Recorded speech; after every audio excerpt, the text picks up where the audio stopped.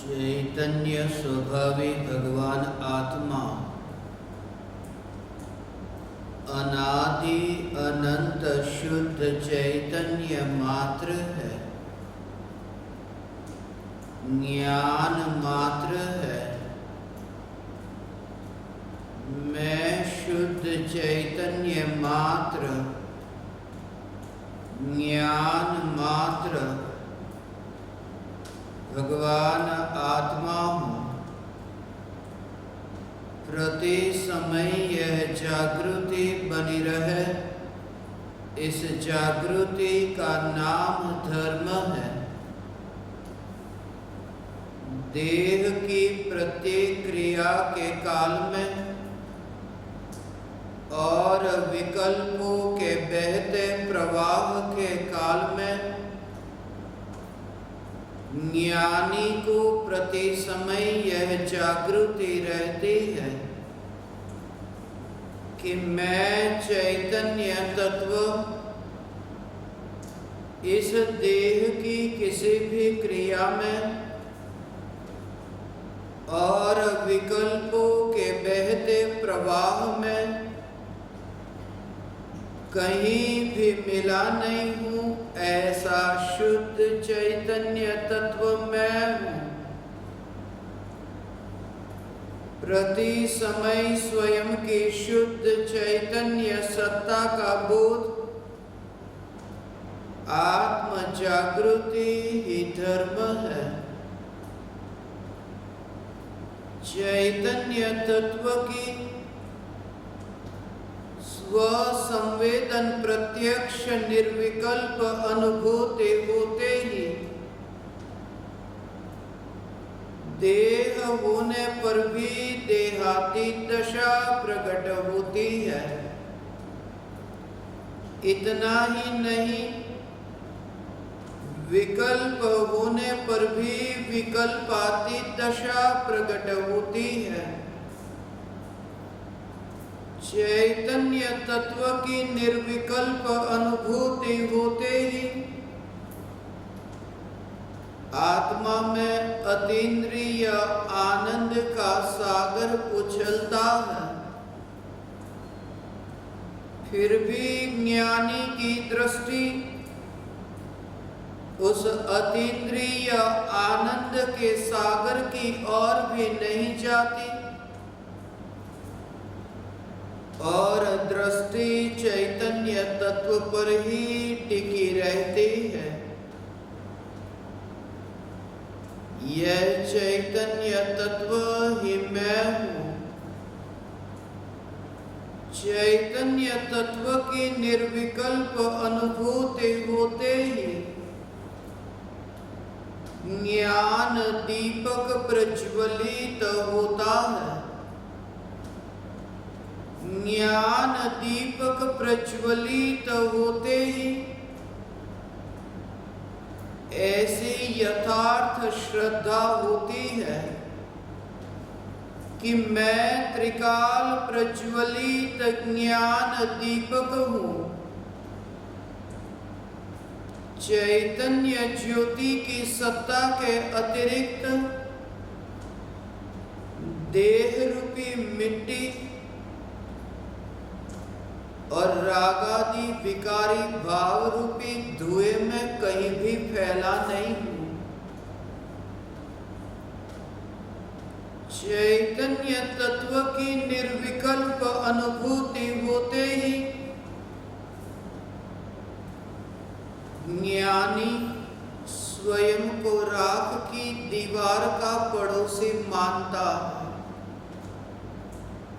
और मोक्ष मार्ग का मुसाफिर जानता है।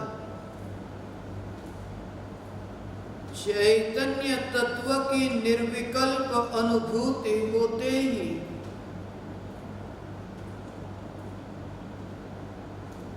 ऐसी यथार्थ श्रद्धा होती है, मैं त्रिकाली ध्रुव चैतन्य परमात्मा हूँ। मैं चैतन्य परमात्मा हूँ। मैं स्वयं से सिद्ध परमात्मा हूं, मैं अनंत गुणाधिपति परमात्मा हूं।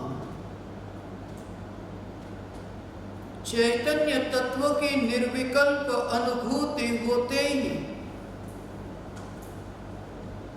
ऐसी दशा प्रकट होती है कि जाने हुए पदार्थ ज्ञानी की दृष्टि में अनजाने हो जाते हैं। जैसे अज्ञानी को मृत्यु के काल में मृत्यु होने पर जैसे जाने पदार्थ अनजाने हुए, ऐसी ही ज्ञानी की सम्यक दृष्टि। इसलिए यह कहा कि ज्ञानी यहां होकर भी यहां नहीं है। इसलिए यह कहा कि संयोगों में नहीं, संयोगी भावों में नहीं, स्वयं की सत्ता के अतिरिक्त जिसने एक समय के लिए स्वयं का अस्तित्व कहीं पराये में माना ही नहीं, ऐसे जिनकी दशा वे ही ज्ञानी है। दुनिया को दिखाई देता है कि वे यहां बैठे हैं, मगर ज्ञानी की मस्ती निराली है, ज्ञानी की दृष्टि निराली है। जिस चैतन्य तत्व में एकत्व हुआ, एकत्व होने पर जहां देखते हैं वहां चैतन्य परमात्मा दिखता है। एकत्व किसमें है यह महत्वपूर्ण है, और जहां जहां परमात्मा का दर्शन होता है वहां वहां स्वयं की जागृति के बल पर, स्वयं की जागृति के बल पर स्वयं की अनुभूति। जैसे तुम्हारा कोई एक बेटा 5 वर्ष का बेटा है, जिसमें तुम्हारा ममत्व है। तुम घर से बाहर निकले और कहीं तुमने किसी और के बेटे को देखा जिसकी उम्र करीब करीब 5 वर्ष की है। जैसे ही तुम्हारे ज्ञान में वो पराया बेटा जानने में आता है कि जिस बेटे का रूप रंग चेहरा आपके बेटे जैसा ही है, तो भले ही आपके जानने में वो पराया बेटा आता हो, मगर आपकी दृष्टि में तो अपना बेटा ही है। क्योंकि बेटे में जो ममत्व है, फिर कहीं पर भी वो बेटा कौन है उससे कोई प्रयोजन नहीं। जहां पर भी वो 5 वर्ष का बेटा देखा, वो बेटा देखते ही अपने बेटे की ओर ध्यान गया।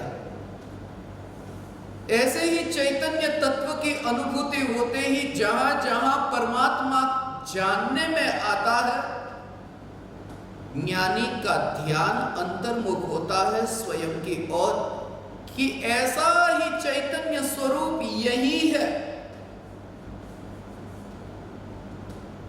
और ऐसे ही ज्ञानी की निर्विकल्प अनुभूति।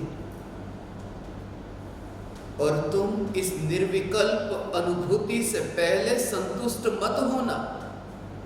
चैतन्य परमात्मा की पुकार विकल्पों से सुनने में आती है, और यही सबसे बड़ी भूल है कि अज्ञानी चैतन्य तत्व की अनुभूति भी विकल्प से करना चाहता है। विकल्प से चैतन्य तत्व की अनुभूति न होगी, तत्व विचार होगा। यह जो तत्व विचार जिस पर आज हम चर्चा करने जा रहे हैं, चैतन्य तत्व का विचार, जीव तत्व विचार। जैसा कि हमने पिछले सत्संग में यह चर्चा की कि तत्व 7 है। सबसे पहला तत्व जीव तत्व है, और जो जीव तत्व है वह परम शुद्ध निश्चय नई का विषय है। नई अनेक प्रकार के होते हैं, उसमें संख्यात प्रकार के भी होते हैं। असंख्यात प्रकार के भी होते हैं, अनंत प्रकार के भी होते हैं। ज्ञान की पर्याय अनंत प्रकार की होती है। प्रत्येक पर्याय अपने अपने में अजोड़ है, इसलिए प्रत्येक पर्याय ज्ञानी के ज्ञान की पर्याय वह नई है। और उसमें परम शुद्ध निश्चय नई का विषय, उसे दृष्टि का विषय कहा, उसे चैतन्य तत्व कहा, उसे जीव तत्व कहा, उसे शुद्धात्मा कहा। इसके पीछे थोड़े रहस्य समझने जैसे है। भगवान आत्मा को जीव तत्व, जीव द्रव्य न कहकर जीव तत्व कहा, क्योंकि भगवान आत्मा परद्रव्य से सर्वथा भिन्न है और अपनी पर्याय से कथनचित भिन्न है। परद्रव्य से सर्वथा भिन्न और अपनी पर्याय से कथनचित भिन्न, ऐसा जो भगवान आत्मा यह दृष्टि का विषय है, जिसमें ज्ञानी का एकत्व है, परद्रव्य से सर्वथा भिन्न। उसका कारण ये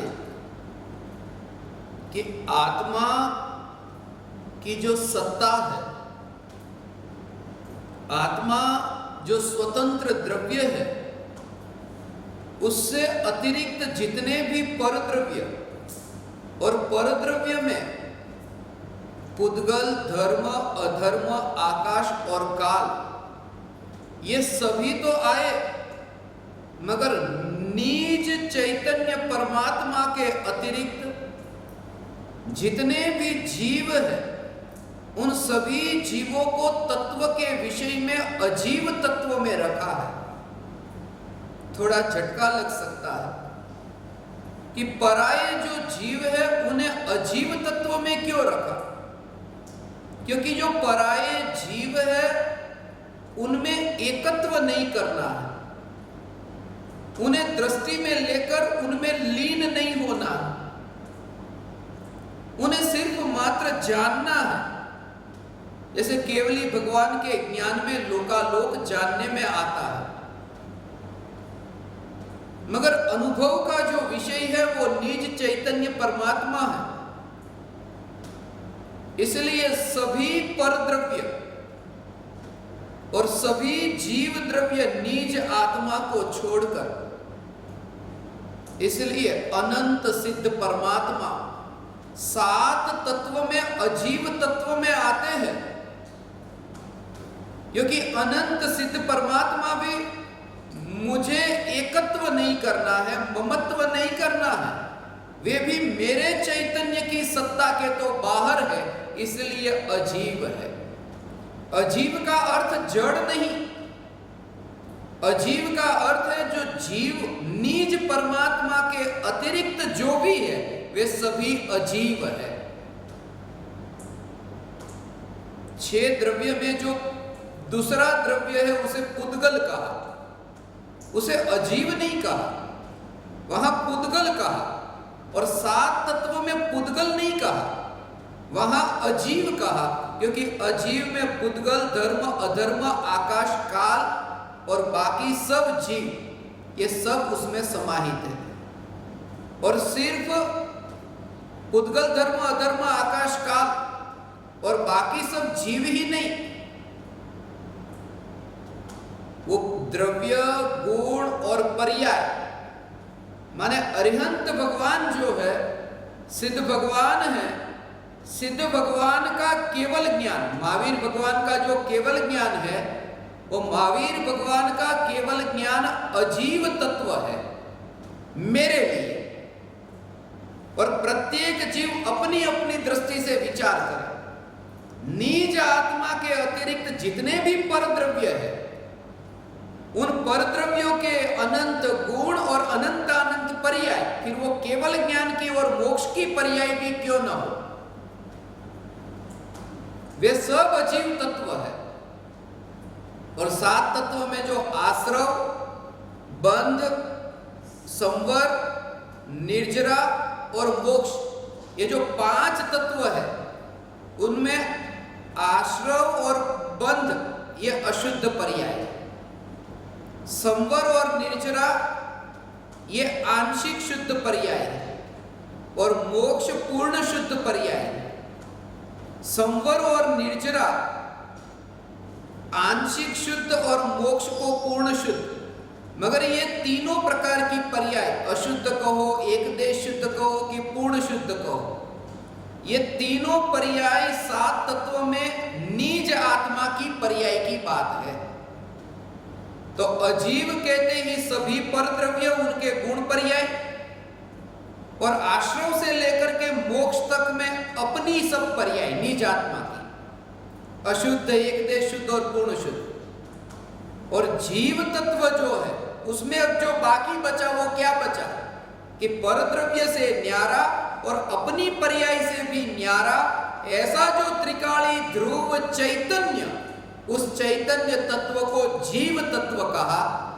और जीव तत्व में एकत्व होने से पहले, सम्यक दर्शन होने से पहले असंख्य समयों तक जो विचार होता है कि मैं चैतन्य तत्व, उस विचार पर अलग अलग दृष्टिकोण से आज हम थोड़ी चर्चा करेंगे।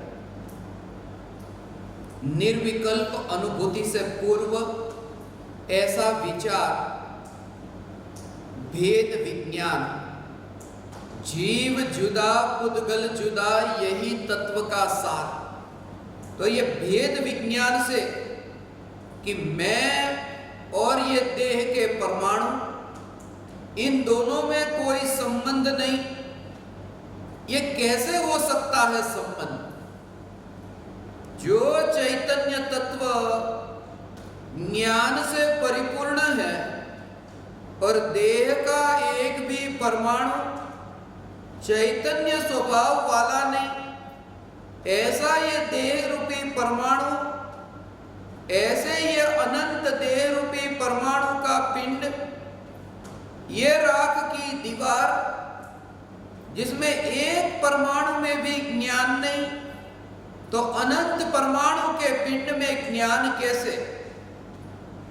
और ऐसा जो मिट्टी का ढेर, उस मिट्टी के ढेर के कारण मेरा जो अनादि अनंत जानना जानना जानना हो रहा है, उस जानने रूप प्रवाह में ये देह के अनंत परमाणु कहीं पर भी परिणमित नहीं होते। ऐसा जो अनादि अनंत चैतन्य तत्व, ऐसा जो ध्रुव परमात्मा इस देह रूपी राख की दीवार में कहीं भी नहीं। और प्रत्येक क्रिया में, देह की प्रत्येक क्रिया में, संयोग वियोग में, विकल्पों की तरंगों में इस प्रकार से ही घटित होना, मैं इन संयोग वियोगों में, मैं इन संयोगी भावों में नहीं फैला हूं ऐसा चैतन्य तत्व, ये प्रत्येक समय ज्ञानी की जागृति और अज्ञानी को ऐसा अनुभूति से पूर्व तत्व विचार, ये तत्व विचार, शास्त्रों को पढ़ा, गुरु की वाणी को सुना, यहां तक कि तीर्थंकर परमात्मा की देशना को भी सुना, अगर जब तक जीव विचार नहीं करता तब तक संसार में भटकता है। विचार से साधना का शुभारंभ होता है, ये विचार हो, और जब ये विचार हो तब ये विचार ऐसा निष्पक्ष हो, पूर्व धारणाओं को लेकर न हो, जो भी स्वरूप की समझ, स्वरूप को मुख्य करके तत्व विचार हो। शास्त्रों को पढ़ा, गुरु को सुना, तर्क युक्ति से बहुत घटित करके आत्मा को पाना चाहा, मगर वह तत्व विचार स्वयं का नहीं था। जीव तत्व जो भी संयोग ये देह के परमाणु में, ऐसा तत्व विचार। पहाड़ के परमाणु, उस पहाड़ के परमाणु के कारण मेरी ये आंख, जैसे तुम देखो हिमालय को, और हिमालय को दूर से तुम देखते हो, और फिर वहां तुम अपने रिश्तेदारों को भी देखते हो। वहां हिमालय भी है और तुम्हारे रिश्तेदार भी है।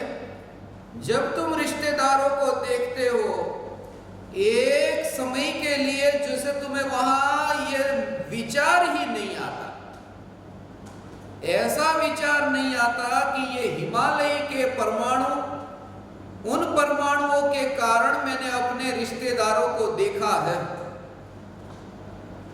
जैसे तुम हिमालय को न्यारा देखते हो और तुम देखते हो मैंने अपनी आंखों से देखा, ऐसे ही सम्यक दृष्टि की यह जागृति कि शरीर के परमाणु होने पर भी, ये पहाड़ होने पर भी, ये राख का, मिट्टी का पहाड़ होने पर भी अंतर में ये सहज जागृति की जानना जानना जानना, वो ज्ञान का ही परिणमन है, वो आत्मा से ही होता है, वो देह के परमाणु से नहीं होता। ऐसा तत्व विचार, ये निर्विकल्प अनुभूति से ऐसा घटित होता है। ये तत्व विचार अनंत परमाणु वे जानने रूप परिणमित नहीं हुए, उन परमाणुओं के कारण मेरा ज्ञान का परिणमन नहीं। और जब अनंत परमाणुओं के कारण मेरा ज्ञान का परिणमन नहीं, तो ये जो गुलामी करनी पड़ती थी, चश्मे का ध्यान रखना पड़ता था, क्योंकि ये माना है कि बिना चश्मे का मैं नहीं देख सकता, इसलिए चश्मे की महिमा आती। मगर जब ये अंतर में ऐसा अहोभाव जगा कि ज्ञान का जानने रूप परिणमन, जिस परिणमन में देह के परमाणु कहीं भी नहीं है, तब फिर देह के परमाणु की, मिट्टी के परमाणु की रुचि सहज ही छूट जाती है। और एक दशा ऐसी आती है जैसे तुम्हें चश्मा कहाँ है वहां का पता नहीं, क्योंकि तुम्हारी मान्यता ऐसी दृढ़ हुई है कि उसकी ओर ध्यान नहीं जाता। ऐसे ही चैतन्य तत्व में ऐसा एकत्व होने पर ज्ञानी को विचार करने पर यह पता चलता है कि देहधारी है।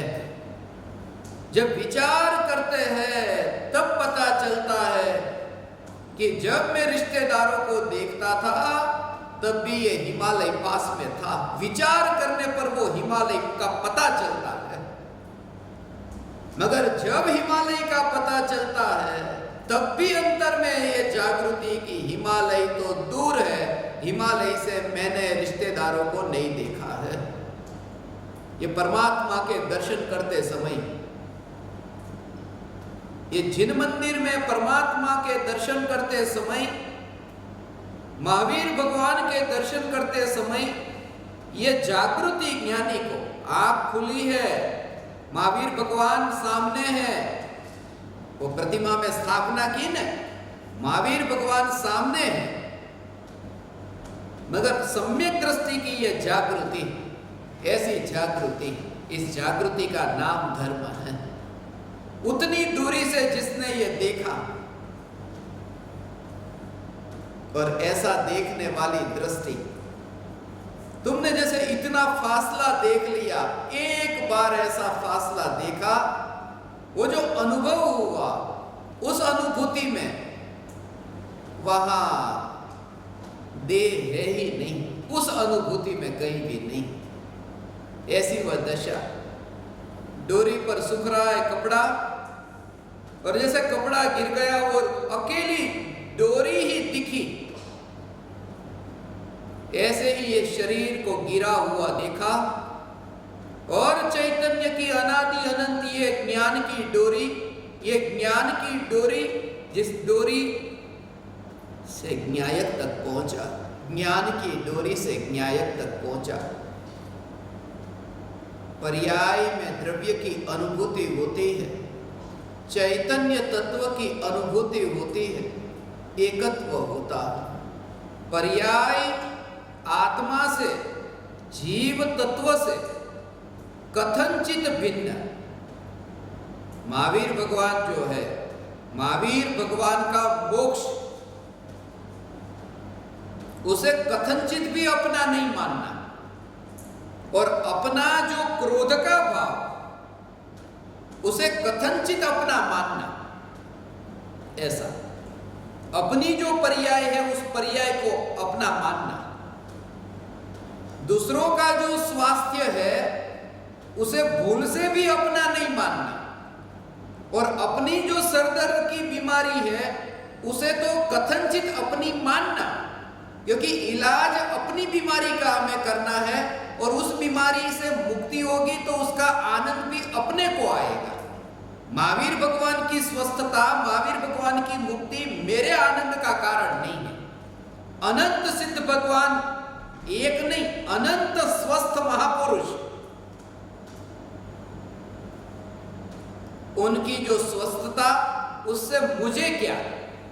इसलिए मैं ज्ञान दीपकों से कहता हूं हमेशा, उससे मुझे क्या, उससे मुझे क्या, उससे मुझे क्या।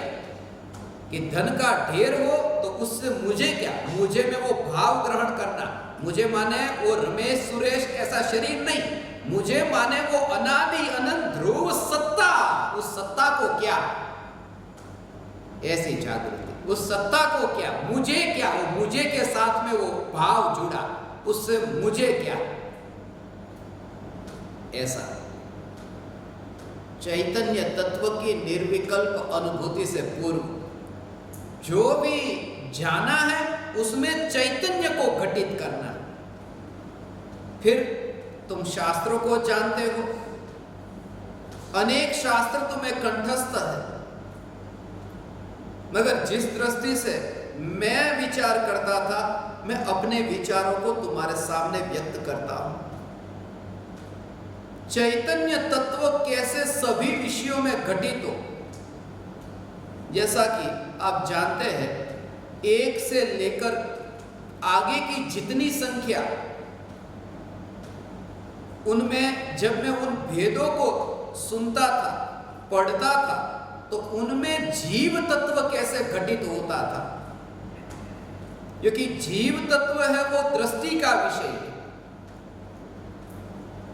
एक जीव तत्व वो अभेद है, इसलिए सबसे पहले एक जीव तत्व।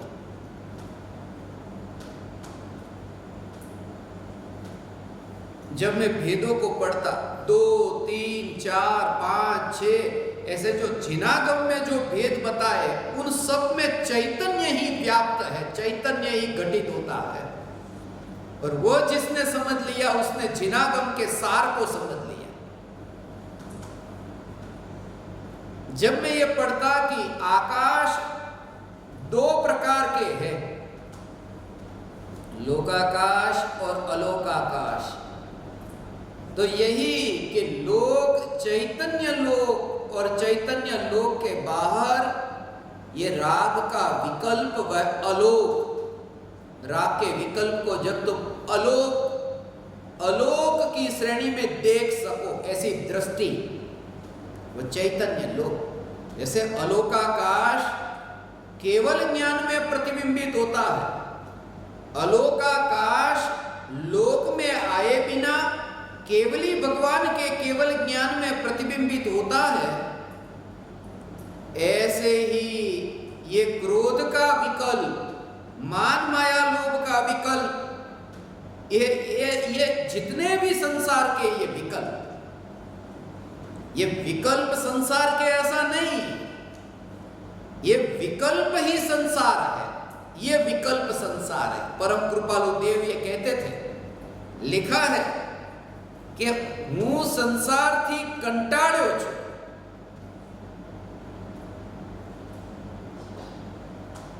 સંસારથી કંટાળ્યો છું, સંસારનો અર્થ એ વિકલ્પ। ભગવાનના દર્શન કરું, પૂજા કરું, ભક્તિ કરું, પ્રવચન સાંભળું, प्रवचन बोलूं, तो ये जो विकल्प है, बोलने की क्रिया तो दूर, ये जो विकल्प है वो विकल्प संसार है, और मैं इन विकल्पों से उब चुका हूं, वो संसार से उब चुका हूं। और फिर दृष्टि में ऐसा कि वे विकल्प भी ज्ञान रूपी दर्पण में, ज्ञान रूपी लोक में, चैतन्य रूपी लोक में सिर्फ प्रतिबिंबित होते हैं, वो मिले नहीं। मिले होते तो ये उपदेश ही नहीं होता, ये ऐसी चैतन्य की पुकार ही नहीं होती। ये नहीं मिले हैं, ऐसा ऐसा ये खुशी, आनंद, ये खुशखबर है। जब डॉक्टर के पास में गए और डॉक्टर ने कहा कि कैंसर की गठान है, कैंसर की गठान हुई है, आपको ये बीमारी हुई है, तो ये खुशखबरी जानना कि अरे बीमारी, ये खुशखबरी, कि हाँ ये खुशखबरी, क्योंकि डॉक्टर ने तुम्हें ये बताया कि ये सिर्फ बीमारी है, वो गठान है, वो शरीर का अंग नहीं है, इसलिए वो गठान निकल सकती है। ये बीमारी कह करके स्वस्थ हो सकते हो, ये बात बता दी। ऐसे ही मैं चैतन्य परमात्मा, मगर ये मिथ्यात्व की गठान, ये बीमारी है, और ये मिथ्यात्व की गठान, राग और द्वेष के विकल्प वो चैतन्य तत्व में मिले नहीं।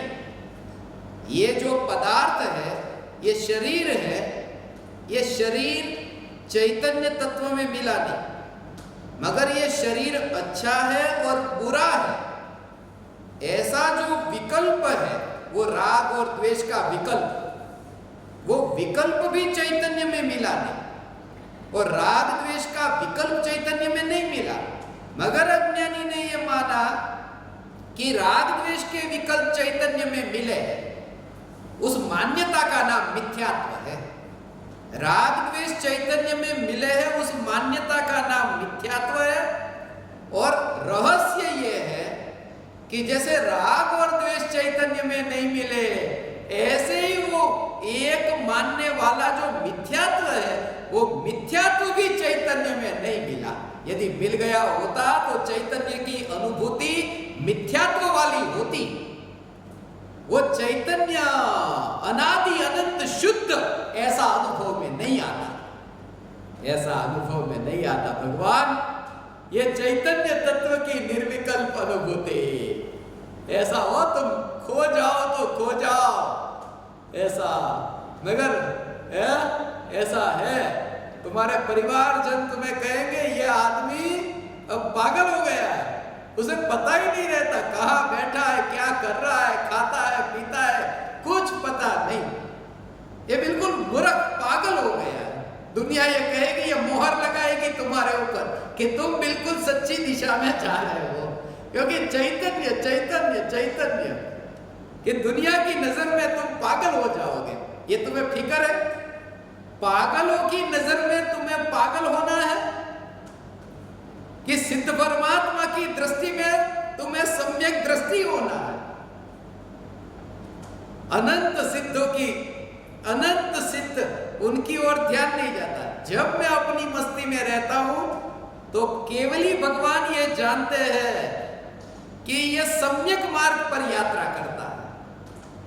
और जब मैं चैतन्य को भूलकर पर पदार्थ में तन्मय होता हूं, दुनिया ये कहती है, ये पागलों की भीड़ ये कहती है कि ये बहुत समझदार है, व्यापार करना आता है, दुकान ऑफिस चलाना आता है। मैं अज्ञानियों के ज्ञान में समझदार नहीं होना चाहता, मैं तो सिद्धों के ज्ञान में समझदार होना चाहता हूं। तो इसी के बल पर ऐसी मस्ती चैतन्य की, जहां पर भी भेद को जाना वहां पर चैतन्य ही घटित हो। चैतन्य चैतन्य उपयोग जाना कि दो उपयोग है, ज्ञानोपयोग, दर्शनोपयोग। मगर ये ज्ञानोपयोग और दर्शनोपयोग, इनमें जो व्याप्त है वह तो चैतन्य है। वो चेतना के ही दो भेद है, ज्ञान चेतना, दर्शन चेतना। उसमें व्याप्त तो चैतन्य ही है, सामान्य प्रतिभास, विशेष प्रतिभास। मगर वो जो व्याप्त है वो चैतन्य का ही परिणमन है। वो भाव बहुत सूक्ष्म है, माने भेदों में भी अभेद की जागृति। ये दो में एक की जागृति। अब तुमने तीन सुना ना, सम्यक दर्शन, सम्यक ज्ञान, सम्यक चारित्र, ये रत्नत्रय। जब मैं तीन को पढ़ता था तब ये जागृति, सम्यक दर्शन, सम्यक ज्ञान, सम्यक चारित्र, मुझे उसकी जरूरत ही नहीं। ये रत्नत्रय की जरूरत मुझे नहीं। सच्ची श्रद्धा, सच्चा ज्ञान और सच्चा चारित्र, मुझे उसकी जरूरत नहीं है, क्योंकि मेरी जो सत्ता है वो तो सम्यक दर्शन ज्ञान चारित्र के बिना अभी है। तो सम्यक दर्शन ज्ञान चारित्र को मेरी सत्ता की जरूरत है। मेरी माने वो द्रव्य चैतन्य तत्व, वो जीव तत्व, माने सम्यक दर्शन ज्ञान चारित्र की भी महिमा नहीं, क्योंकि सम्यक दर्शन ज्ञान चारित्र भी जहां झुकते हैं वो चैतन्य परमात्मा में हूं। ध्यान करने वाला नहीं हूं, ध्यान में आने वाला मैं हूं। वो जो पर्याय में ध्यान होता है उसमें प्रतिबिंबित, वो ज्ञान में प्रतिबिंबित होने वाला मैं परमात्मा हूं। उससे वो अकर्ता भाव समझ में आता है। रत्नत्रय की महिमा नहीं, चैतन्य रत्न की महिमा आती। ये तीन रत्न, ये तीन रत्न का नाश है। इसलिए जिस रत्न का नाश है उसकी महिमा नहीं। तीन रत्न का नाश है, अर्थात तीन रत्न सम्यक दर्शन ज्ञान चारित्र, ये पर्याय होने से प्रति समय उत्पाद व्यय है, प्रति समय पर्याय का जन्म मरण है।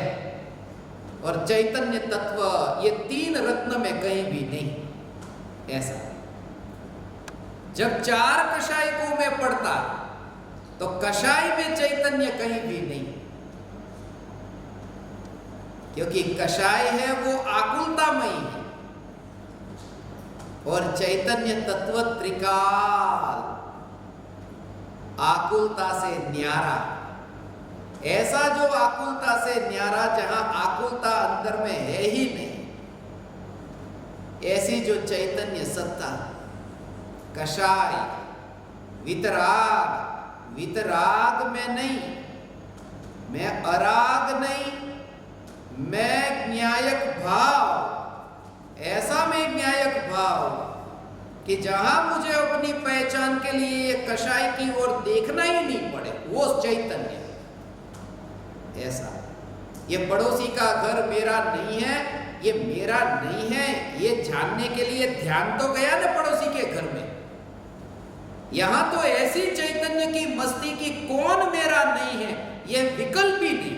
और मैं चैतन्य, ऐसी मस्ती, उस मस्ती से धर्म की शुरुआत होती है। ऐसी पंच परमेष्ठी, ये पांच को जब जानता था, पंच परमेष्ठी को, तो पांच को जानते समय पंच परमेष्ठी महान नहीं, एक चैतन्य। क्योंकि पंच परमेष्ठी तो आत्मा की अवस्था है।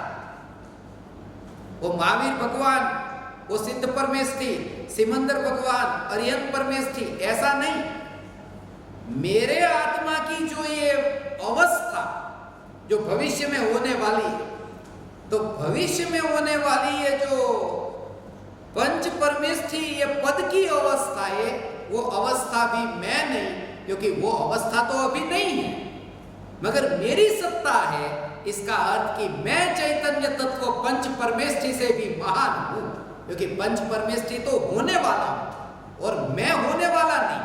इसलिए मैं महिमावान चैतन्य तत्व। छह द्रव्य जब मैं पढ़ता तो छह द्रव्य की महिमा नहीं, ऐसा छह द्रव्य की महिमा नहीं।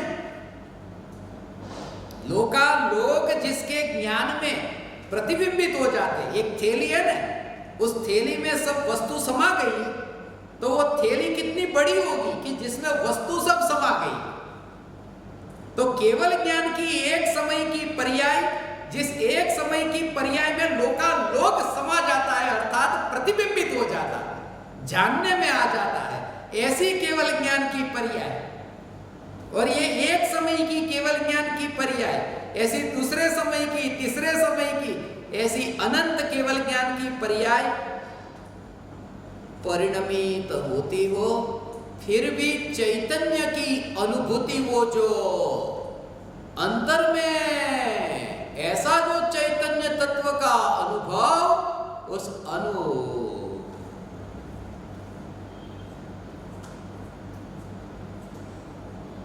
ऐसा ये ध्रुव, ये चैतन्य तत्व, उस अहोभाव।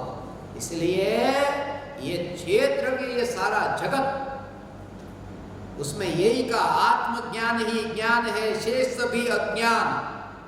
विश्व शांति का मूल है वितराग विज्ञान। ये जब मैंने पढ़ा था, आज वो पढ़ने का दिन है।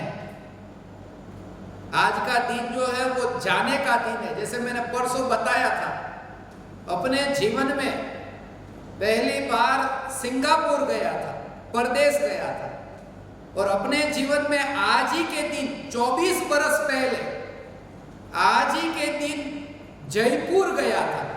दोनों में पुर तो आता है, सिंगापुर जयपुर, और 24 बरस पहले आज के दिन 14 जुलाई के दिन, और वहां ये पढ़ा। और आज ही के दिन मैं छुपा नहीं पाता, मैं आपको बता दूं, अभी थोड़ी देर पहले सत्संग से पहले यहां बैठा था और बापू जी छोड़ने के लिए आए थे जयपुर।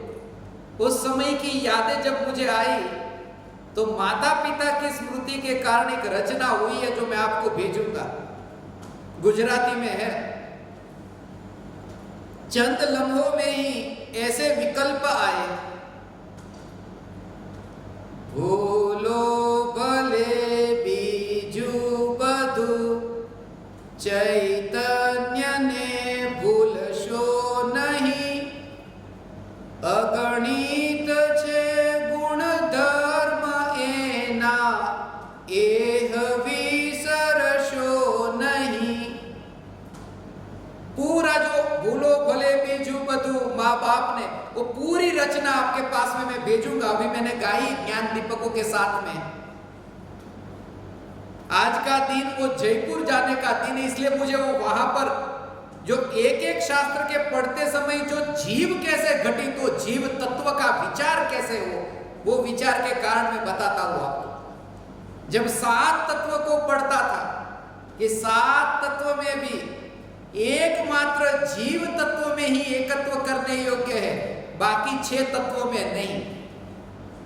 जब मैं 8 कर्मों को पढ़ता था तो 8 कर्म ये द्रव्य कर्म है। ये 8 कर्म बहुत सूक्ष्म है।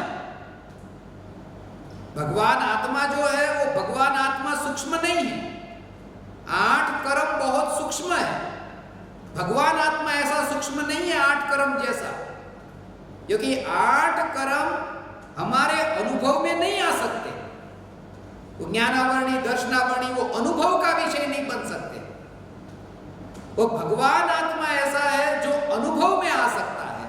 जो कर्म है वो रूपी होकर के भी अनुभव में नहीं आते, और चैतन्य तत्व अरूपी होकर के भी अनुभव में आता है। ऐसा में चैतन्य तत्व। जब मैं 9 कषाय को पढ़ता था कि 9 कषाय, जब कषाय ही चैतन्य में नहीं तो 9 कषाय चैतन्य में कैसे हो सकते हैं? चैतन्य तत्व ऐसा, उसमें 9 कषाय में हास्य आदि सब कषाय, 9 कषाय में आते हास्य। तो भगवान को जब देखते कि हंसमुखे भगवान, जब भी आपको भगवान हंसमुखे दिखे तो समझना भगवान आपको पापी दिखे, क्योंकि हास्य है वो 9 कषाय है। हास्य है वो 24 परिग्रह में एक परिग्रह है। हास्य रति अरति ये परिग्रह में आता है। अंतरंग परिग्रह में मिथ्यात्व क्रोध मान माया लोभ, हास्य रति अरति शोक भय जुगुप्सा स्त्री वेद पुरुष वेद नपुंसक वेद, उसमें हास्य वो परिग्रह है, और परिग्रह तो पाप है। इसका मतलब हास्य पाप है। और भगवान को हास्य वाला मानना अर्थात भगवान को परिग्रह वाला मानना, भगवान को पापी मानना, ऐसा हुआ तो भगवान हंसमुखे नहीं होते। भगवान की जो प्रतिमा है वो शांत होती है। वो शांत और हंसमुख में दोनों में अंतर है। चैतन्य तत्व त्रिकाल शांत है और त्रिकाल शांत के आश्रय से जो पर्याय में शांति प्रकट हुई वो द्रव्य के आश्रय से। और ऐसी शांति प्रकट होती, सम्यक दर्शन प्रकट होता है। धर्म के 10 लक्षण जब मैं पढ़ता, पर्युषण के दौरान प्रवचन करने जाते, धर्म के 10 लक्षण उत्तम क्षमादि, भगवान आत्मा, मैं क्षमा मांगता हूं कि नहीं मांगता, तो यही विचार आता। 10 धर्म का एक एक का बताने का समय नहीं है, मगर समय सार तो यहां है। जब मैं क्षमा मांगता, मिच्छा में दुक्कडम, तो क्षमा तो मांगू ने, मिच्छा में दुक्कडम, उस समय यही विचार आता, मैं चैतन्य तत्व में क्षमा मांगने वाला नहीं। अरे मैं क्षमा मांगने वाला नहीं, क्यों? क्योंकि क्षमा तो वो मांगता है जो अपराध करता है। मैं चैतन्य तत्व जिसमें कोई अपराध ही नहीं हुआ, ऐसा शुद्ध शुद्ध शुद्ध, तो अपराध ही नहीं करता तो माफी मांगे कैसे? ऐसा चैतन्य तत्व का जोर, वो 10 में चैतन्य तत्व ही दिखता। 11 प्रतिमा को जब पढ़ता तो 11 प्रतिमा में एकमात्र ये चैतन्य की प्रतिमा, ज्ञान की मूर्ति, ये भगवान आत्मा भी एक मूर्ति है। चैतन्य मूर्त, चिन्ह मूर्त विन मूर्त अनूप, ये चैतन्य की मूर्ति। जब मैं 12 तप के बारे में ये पढ़ता, तब 12 प्रकार के, उसमें भी चैतन्य की दृष्टि, एक एक का वर्णन करने वाले हम 2 दिन के बाद अगले सेशन में।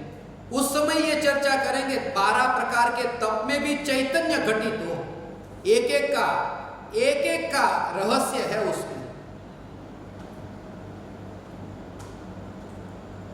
ऐसा उपवास करना तो चैतन्य के निकट वास करना, अनशन करना तो एक टाइम से ज्यादा नहीं, एक समय से ज्यादा नहीं। इसका मतलब एक समय सार से ज्यादा इस जगत में कुछ दिखता ही नहीं, उसका नाम एकासन है। वृत्ति परिसंख्यान, वस्तु को गिन गिन करके खाना, ऐसा नहीं। यहां पर जितनी भी वस्तु की गिनती हो सकती है, वे वस्तु ज्ञान में प्रतिबिंबित हो तो भी चैतन्य की सत्ता तो एक रहती है, उसमें अधिक नहीं होती। रस परित्याग कि पुद्गल पदार्थ जब ज्ञान में प्रतिबिंबित हो तो वो राग के रस का परित्याग किया और चैतन्य रस को पीते हैं। ऐसे ही 12 प्रकार के तपों में ये वही विचार आता। 13वें में 13 प्रकार के चारित्र होते हैं। अंतिम समय में 13 प्रकृति का नाश होता है मोक्ष में जाने से पहले, मगर प्रकृति का अर्थ तो स्वभाव है और मैं चैतन्य स्वभावी, और ये प्रकृति तो पुद्गल की, इसमें मैं नहीं, उसमें भी भेद विज्ञान। 14 गुणस्थान में मैं कहीं भी नहीं, क्योंकि 14 गुणस्थान, वो 14 गुणस्थान गुण नहीं है, वो 14 गुणस्थान पर्याय है। यहां तो ये कहा कि ज्ञान गुण भी मैं नहीं, दर्शन गुण भी मैं नहीं, चारित्र गुण भी मैं नहीं, मैं तो न्यायक हूं, क्योंकि गुणों के भेद वो मेरा स्वरूप नहीं, मैं अभेद हूं। तो गुणस्थान तो पर्याय, उसमें एकत्व कैसे हो सकता है? गुणस्थान में भी चैतन्य तत्व। ऐसे ही 15 प्रकार के प्रमाद को जब मैं पढ़ता, तो प्रमाद जो है वो तो आलस है, और अनादिकाल से एक समय के लिए ज्ञान ने आलस ही नहीं की, क्योंकि एक्टिव, ऑलवेज एक्टिव, जानना जानना जानना जानना, जिसे थकान ही नहीं लगती, प्रमाद ही नहीं। ऐसा चैतन्य पूर्णिमा के चांद जैसा, 15वां पूर्णिमा के चांद जैसा चैतन्य। जब षोडश कारण भावना, 16 प्रकार की भावना जिससे तीर्थंकर प्रकृति बनती है, वह जब मैं पढ़ता तो उसमें भी यही कि तीर्थंकर प्रकृति बनती है, जो सम्यक दर्शन आत्मज्ञान होने के बाद में बनती है और केवल ज्ञान होने के बाद उदय में आती है। ऐसी तीर्थंकर प्रकृति जिस भाव से बनती है, वह भाव भी ज्ञानी को ऐसा दिखता है जैसे जहरीला सांप, ऐसा नाग सामने से आ रहा हो। नाग सामने से आ रहा हो, ऐसे तीर्थंकर प्रकृति जिससे बनती वो शुभ राग, वो राग का भाव ज्ञानी को ऐसा दिखता है। जब मैं 17 में ये पढ़ता था कि पंचम गुण स्थान में मोहनी कर्म की जो 17 प्रकृति चारित्र मोहनी की वो उदय में, वो जब पढ़ता तो 5वां गुण स्थान वो परम कृपालु देव स्मरण में आते, मगर परम कृपालु देव भी गुण स्थान में नहीं है, परम कृपालु देव गुणाधिपति भगवान आत्मा में है। जब मैं 18 में क्षयोपशमिक भाव के 18 भेद वो पढ़ता तो क्षयोपशमिक भाव के 18 भेद वो मैं नहीं, क्योंकि क्षयिक भाव भी जब मैं नहीं, मैं तो परम पारिणामिक भाव, तो 18 प्रकार के क्षयोपशमिक भाव में कैसे हो सकता हूं? वो तो तरंग है। सागर में तरंग उछलती है, कम होती है, मगर जो तरंगों को न देख करके तरंगों की रुचि छोड़े, तुम तरंगों को देखते हो और पूछते हो सागर कहाँ है? मैंने कहा देखो सागर, तुम कहते हो सागर नहीं दिखता। अब तुमने नजर घुमा ली और दूसरी दिशा में नजर की, मैं कहूंगा कि नहीं दूसरी दिशा में नजर मत करो, सागर यहीं पर ये तरंग है, वहां तरंग की रुचि को छोड़ दो तो वहीं सागर दिखेगा। ऐसे ही क्षयोपशम ज्ञान की तरंग को छोड़कर चैतन्य सागर को देखा जा सकता है, उस ज्ञान के परिणमन में ज्ञान मात्र को नजर में लेकर। जब 19 को पढ़ता तो 19 तीर्थंकर जिन्होंने ग्रहवास भोगा, मगर मैं तो ग्रहवास घर में वास करूं। कौन से घर में? ग्रह में। कौन सा ग्रह? ये 4 दीवार वाला नहीं, वन जंगल में गुफा, ये जो ग्रह है गुफा का ग्रह, वहां वास करूं नहीं, वहां तो वास करूंगा, वो तो भविष्य है ना। मैं तो अनादि अनंत चैतन्य गुफा में वास करने वाला ये गृहस्थ, मैं गृहस्थ हूं, सदा काल गृहस्थ हूं, चैतन्य ग्रह में वास करता हूं। जब मैं 20 में 20 तीर्थंकर को पढ़ता, विदेह क्षेत्र में 20 तीर्थंकर, मगर वे 20 तीर्थंकर भी संसारी है, अभी वे 20 तीर्थंकर भी बंधे हैं, और मैं तो त्रिकाल सिद्ध, वो 20 तीर्थंकर अभी संसारी है। ऐसे औदैहिक भाव के 21 भेदों को पढ़ता तो जाओ बंधा ही नहीं है तो उदय आए किसको? बंधने के लिए तो चिकनापन और सुखापन ये चाहिए, सुखा और चिकना ये हो तो बंध हो। अब चैतन्य में तो स्पर्श ही नहीं, तो सुखा चिकना है ही नहीं, तो बंधे कैसे? ऐसा त्रिकाल अबंध में चैतन्य परमात्मा। जब मैं पुद्गल की 22 वर्गणा को पढ़ता तो 22 वर्गणा में भी वर्गणा है वो वर्ग का समूह, मगर यहां तो अपवर्ग ऐसी जो मोक्ष रूपी गति वह भी मैं नहीं, क्योंकि उसका जन्म है, अपवर्ग का जन्म है, तो वर्ग और वर्गणा में कैसे हो सकता हूं? ऐसा विचार आता। कल्पातीत देव 23 प्रकार के वो जब पढ़ता तो वो तो स्वर्ग के देव, मैं तो अरिहंत और सिद्ध ऐसे देव भी मैं नहीं, क्योंकि वो तो शुद्ध पर्याय है, मैं तो त्रिकाल न्यायक देव हूं। जब मैं 24 तीर्थंकर को, कि तीर्थंकर भगवान 24 है, वो 24 क्यों है?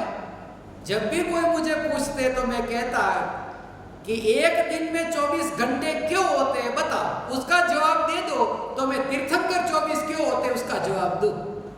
बोले 24 घंटे होते तो मैं कहता तीर्थंकर होते, मगर वो 24 तीर्थंकर, ये 24 तीर्थंकर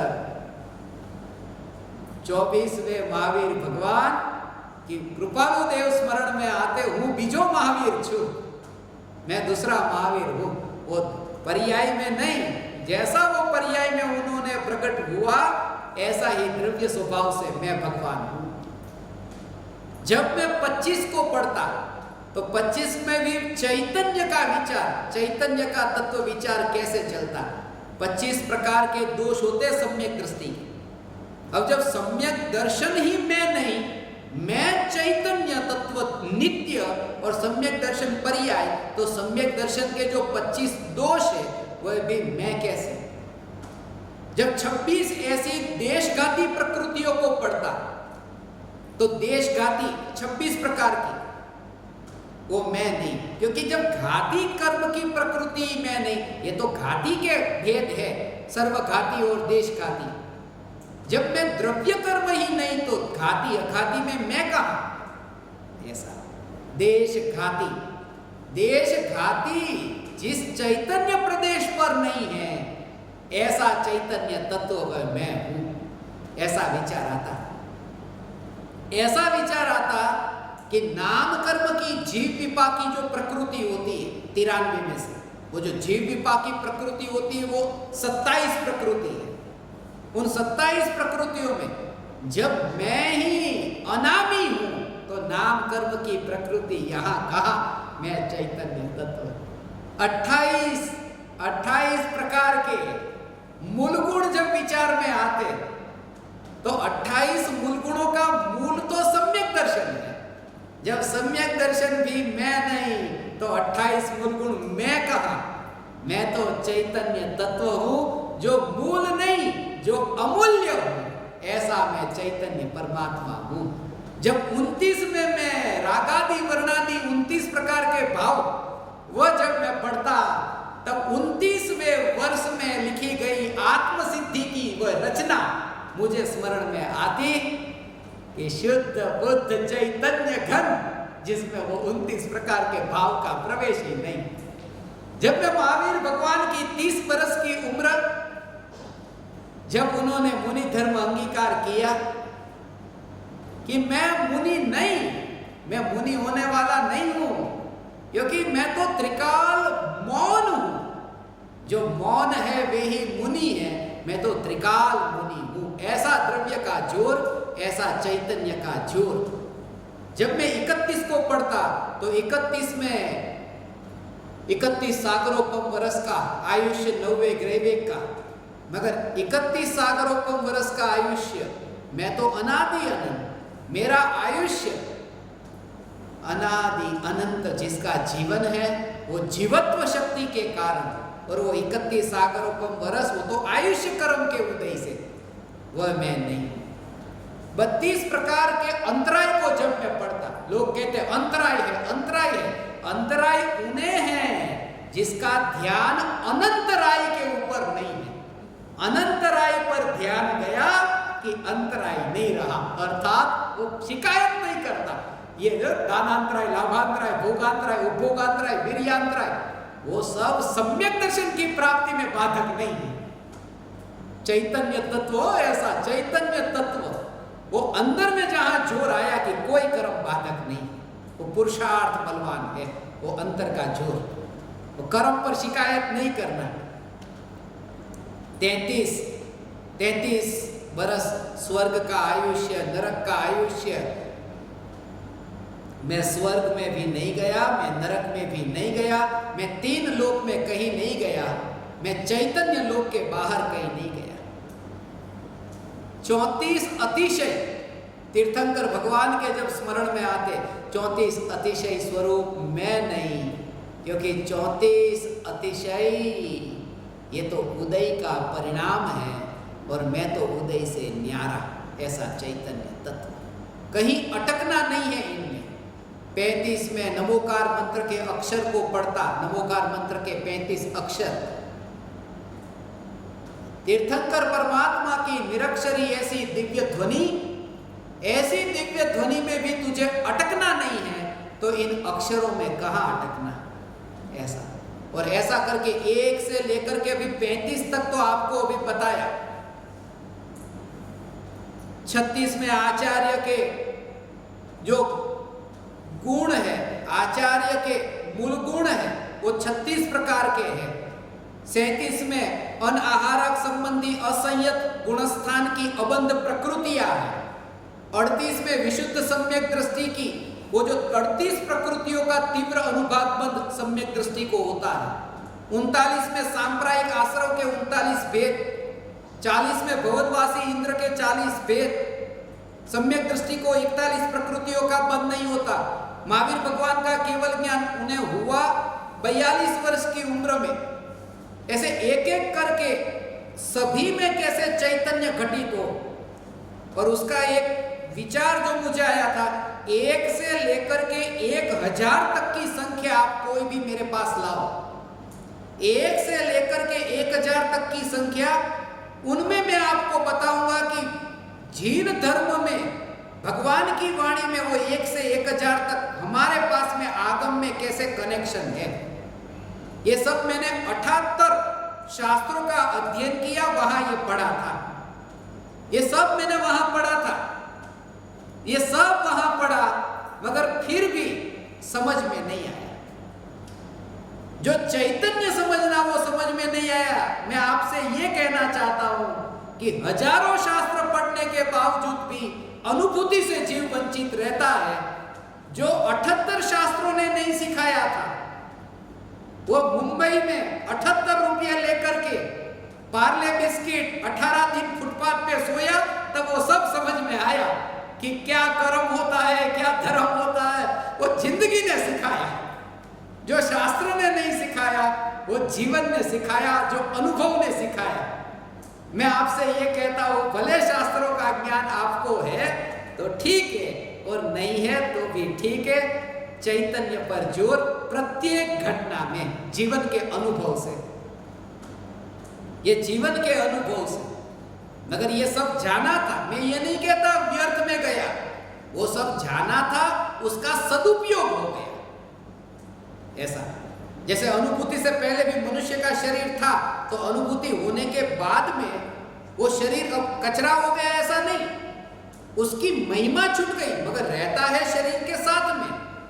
व्रत, तप, शील, संयम, 28 नियम का पालन वो देह के साथ करता है, मगर महिमा चैतन्य की है। ऐसा वो 78 रुपये लेकर के वो जो समझ में आया, फुटपाथ पे सोता था, मुंबई के फुटपाथ पे जब मैं सोता था, पार्ले जी बिस्किट का पैकेट, वो जो पार्ले जी को जब मैं खाता,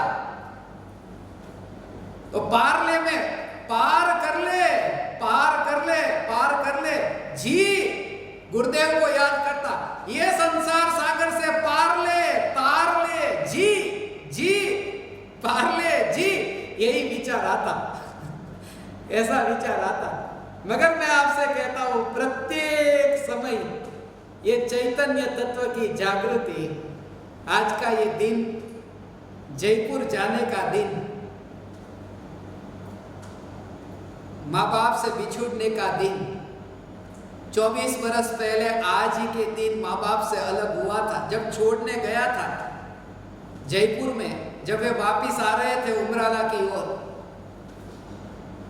इतना रोया था, इतना रोया था कि जीवन में ऐसा माँ बाप से अलग होना पड़ेगा। और आज पता चला कि इस जन्म के माँ बाप से कुछ वर्षों के लिए अलग रहने का इतना दुख, इतनी पीड़ा, तो विचार करें, ये जो माँ, ये जो आत्मा जिससे अनादि से बिछुड़ा हुआ, इसका दुख कैसा। इसलिए ज्ञानियों ने इसे अनंत दुख कहा। माँ बाप से बिछुड़ने का दुख अनंत दुख नहीं, ये चैतन्य की विस्मृति, ये चैतन्य को नहीं पहचानना, ये अनंत दुख है। शास्त्रों को जाना, मगर शास्त्रों में नहीं जाना, जाना वो भीतर में जाना, तर्क से नहीं जाना, युक्ति से नहीं जाना, आगम प्रमाण से नहीं जाना, बुद्धि से नहीं, तर्क नहीं, क्योंकि तर्क तो दोधारी तलवार है।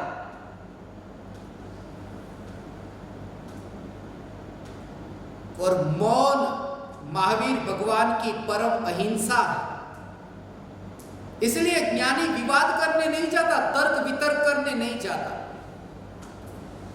वो हिंसा करने नहीं जाता, वो मौन हो गया, वो अहिंसक हो गया, उसने तलवार चलाना बंद कर दिया। इसलिए पहले मैं कहता था, आओ मेरे सामने, कोई भी शास्त्र लेकर आओ, मैं तुम्हें कौन सी बात किस नंबर के पेज पर कहां लिखी है, किसी भी आगम को लेकर के आओ, तुम मुझे हरा नहीं सकते। मगर जब मैंने लाओ त्से को पढ़ा, लाओ त्से कहता कोई मुझे हरा नहीं सकता।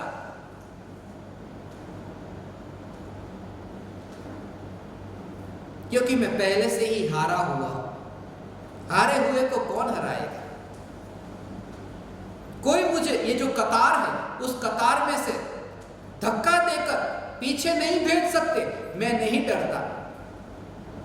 वे कहते कोई मुझे कतार में से धक्का देकर पीछे नहीं भेज सकते, क्योंकि मैं सबसे अंत में खड़ा रहता हूं। जब तुम चैतन्य तत्व की अनुभूति को उपलब्ध होगे, पाया तुमने सब कुछ, मगर पकड़ मिट गई। जाना तुमने सब कुछ, मगर यह भाव मिट गया कि मैं जानता हूं। पाया चैतन्य को, जाना चैतन्य को, और तुम कहते हो कि मैं कुछ नहीं जानता। अनुभव हुआ मैं परमात्मा हूं, और तुम कहते हो मैं तो एक बच्चा हूं। हे ज्ञान दीपक, हे चैतन्य परमात्मा, बुद्धि से पार होना, जीव तत्व का विचार, चैतन्य का विचार प्रति समय हो। बुद्धि बहुत है। साइबेरिया में एक सफेद भालू ऐसा बर्फ में दब जाता है 6 महीने के लिए, मगर वो 6 महीने तक बर्फ में भोजन की व्यवस्था कर लेता है, पहले से ही 6 महीने का इकट्ठा कर लेता है। वह सफेद भालू भी धन कमा लेना, इकट्ठा कर लेना, भविष्य का विचार करके, ये तो जानवर भी कर लेते हैं। मैं तुमसे ये कहता हूं, अनंत काल तक मोक्ष रूपी लक्ष्मी को प्राप्त होने के लिए क्या तुम्हें कभी ये विचार नहीं आया कि मैं कौन? हे ज्ञान दीपक, तुम चैतन्य तत्व की अनुभूति को उपलब्ध होते हो। जब अनुभूति को उपलब्ध होते हो, पाया तुमने यहां ऐसी निष्कारण करुणा फिर बहती है। पेड़ उगा है तुम्हारे आंगन में, मगर उसकी छाया पड़ोसी को भी मिल जाती है। करुणा का पेड़ उगा है, राग का भाव, करुणा का भाव जो पेड़ उगा है चैतन्य की पर्याय में, मगर उसकी छाया ज्ञान दीपकों पर पड़े, मैं भावना पाता हूं। उस छाया में रहकर तुम अपने घर में निवास कर, तुम्हारे आंगन में भी ऐसा वृक्ष निकले, और एक समय ऐसा आए कि तुम्हें पता भी न चले कि वृक्ष कहां। मैं तो अपने स्वरूप में लीन हूं, अपने चैतन्य स्वरूप में लीन हूं। हे ज्ञान दीपक, जीवन में बहुत तुम पालोगे, मगर जब तुम्हें क्षणिक का बोध होगा, क्षणिक के बोध के बल पर स्वीकार होगा, मैं भी सही, वह भी सही हो सकता है, ये जड़ता मिट जाएगी। उसे मैं पॉजिटिव कहता हूं। लोग कहते हैं नेगेटिव मत होना, पॉजिटिव होना। हमेशा तुम पॉजिटिव रहो, इसमें एकांत चलेगा, अनेकांत नहीं। हमेशा पॉजिटिव हो, नेगेटिव मत होना। मैं कहता हूं कभी पॉजिटिव होना, कभी नेगेटिव होना। किसी से बातचीत करनी है, किसी के साथ तुम्हें चर्चा करनी है, कोई संयोग वियोग होते हैं, तो उसमें पॉजिटिव होना। मगर तुम्हारा कोरोना का रिपोर्ट आए, कोरोना का रिपोर्ट आए, तो उस रिपोर्ट में तुम्हारा नेगेटिव होना, ये ज्यादा ठीक रहेगा। उसमें पॉजिटिव मत होना। कभी पॉजिटिव होना, कभी नेगेटिव होना, दोनों में लाभ होगा, तुम्हारी साधना के लिए उपयोगी होगा। हे ज्ञान दीपक, प्रति समय भेद विज्ञान हो। ये राग की दीवार मैं नहीं, केवल ज्ञानी तीर्थंकर परमात्मा, जो केवल ज्ञानी, जो परमात्मा, उनकी भी नहीं हुई, वो मेरी क्या होगी? जो परमात्मा की नहीं हुई, वो इस पामर की क्या होगी? प्रति समय चैतन्य तत्व की जागृति पामर से परमात्मा हो। आप समस्त ज्ञान दीपकों ने, साधकों ने मुझे सत्संग करने का अवसर दिया, जीव तत्व का विचार करने का मौका दिया। मैं आप समस्त परमात्माओं का ऋणी हूं। मैं आप समस्त परमात्माओं को मेरे हृदय से पुकारता हूं, आओ तुम यहां आओ, तुम यहां आओ, मृत्यु से पहले यहां आओ। एक बार तुम आध्यात्मिक साधना केंद्र उमराला में आओ, तुम यहां आओ। मेरा भाव ये नहीं, तुम यहां आओ अर्थात मैं जहां हूं, मैं चैतन्य में हूं, तुम भी चैतन्य में आओ, तुम यहां आओ। प्रति समय भेद विज्ञान हो। आप समस्त परमात्माओं को मेरे प्रणाम।